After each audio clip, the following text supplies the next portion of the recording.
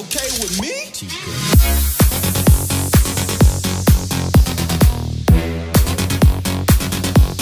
Three, two, one.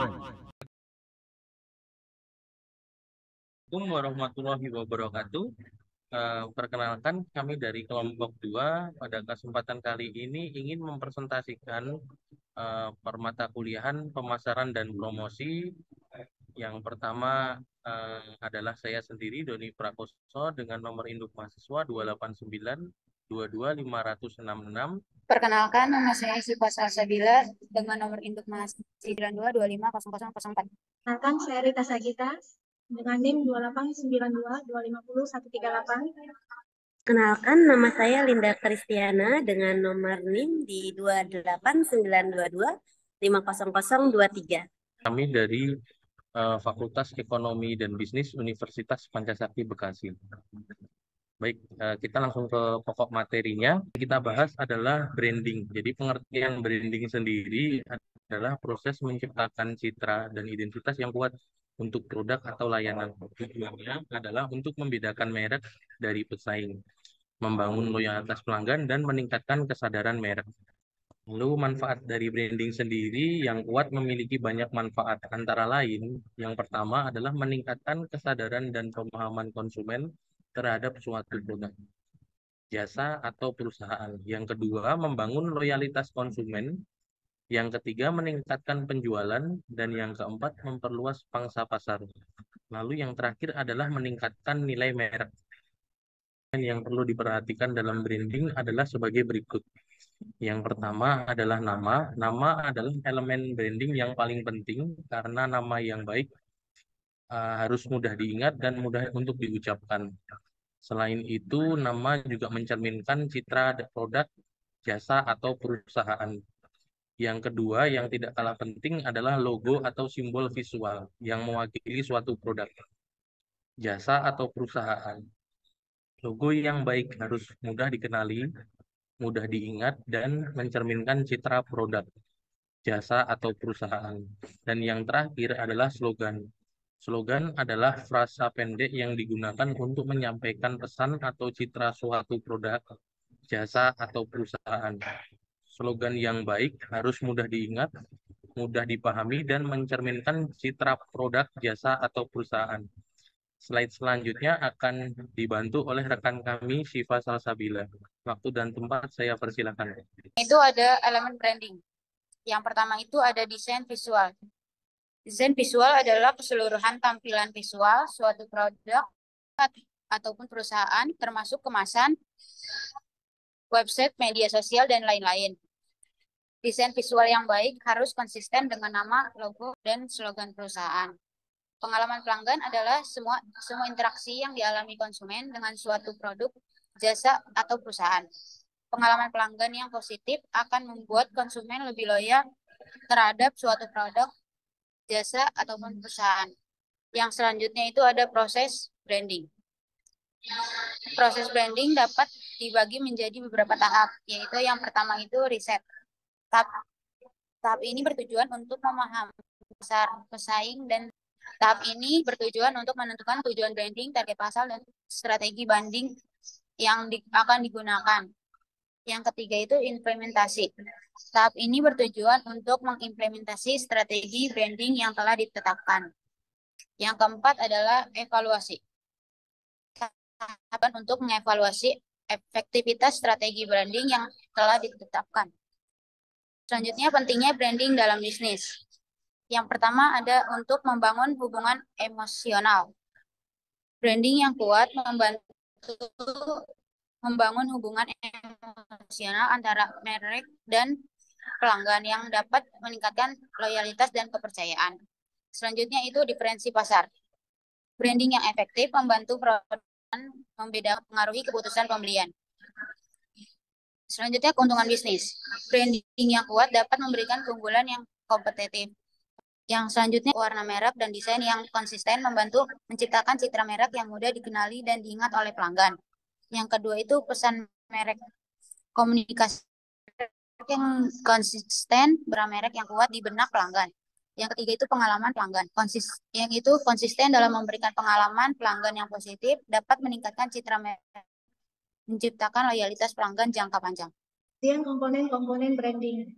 Yang pertama itu identitas merek, meliputi logo, warna, simbol, dan elemen visual lain yang menjadi ciri khas merek. Yang kedua, komunikasi merek.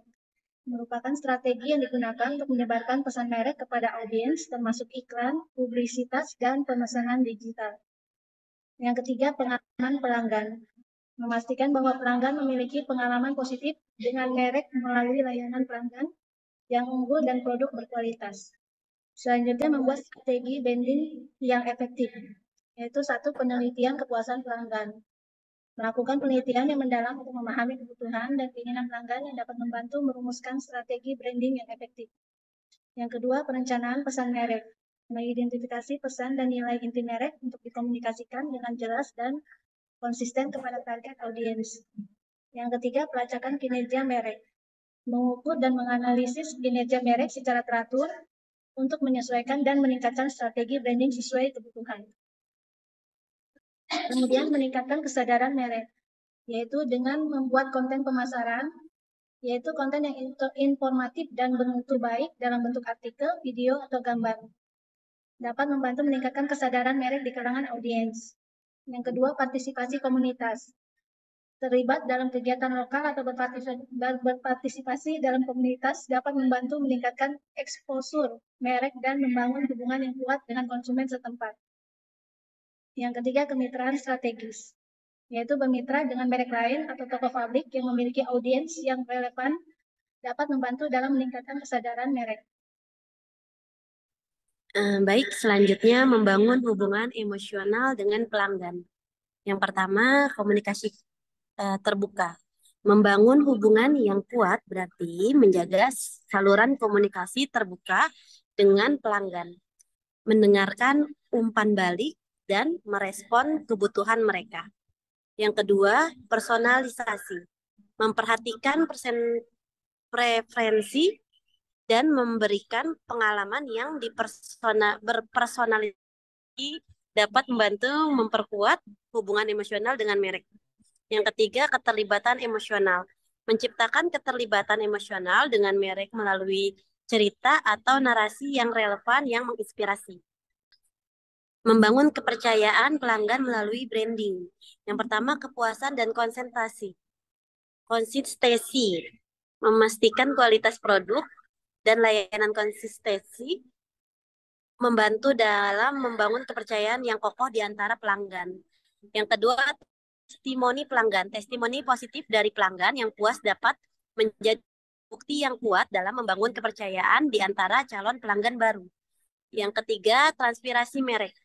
Memperlihatkan transpirasi dalam proses bisnis dan kebijakan merek dapat meningkatkan kepercayaan pelanggan. Contoh branding dalam kehidupan sehari-hari. Pertama, McDonald's. Logo yang konsisten, slogan yang mudah diingat, serta kualitas dan pengalaman konsumen yang konsisten menjadikan McDonald's sebagai contoh branding sukses. Yang kedua, Apple.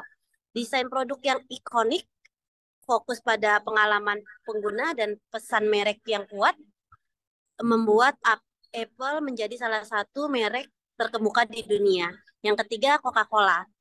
Melalui kampanye pemasaran yang ikonik dan penekanan pada pengalaman bersosialisasi, Coca-Cola telah membangun suatu citra merek yang kuat. Jadi kesimpulan branding, yang pertama penting untuk perkembangan bisnis. Branding yang efektif dapat membantu menciptakan identitas merek yang kuat, membedakan merek dari pesaing, dan meningkatkan kesadaran dan kepercayaan pelanggan. Yang kedua, proses kontinu.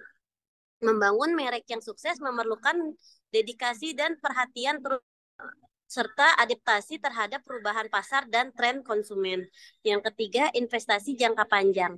Branding bukan hanya trending citra saat ini, tapi juga tentang membangun kepercayaan dan loyalitas yang akan mendukung bisnis dalam jangka panjang. Baik, sekian presentasi dari kami kelompok 2 untuk mata kuliah pemasaran promosi dengan tema branding. Apabila ada kekurangan atau kesalahan dalam kami menyampaikan, mohon maaf yang sebesar-besarnya, dan apabila ada yang ingin ditambahkan, Silahkan ketik di kolom komentar. Kami dari kelompok 2 undur diri. Terima kasih. Subscribe to my channel.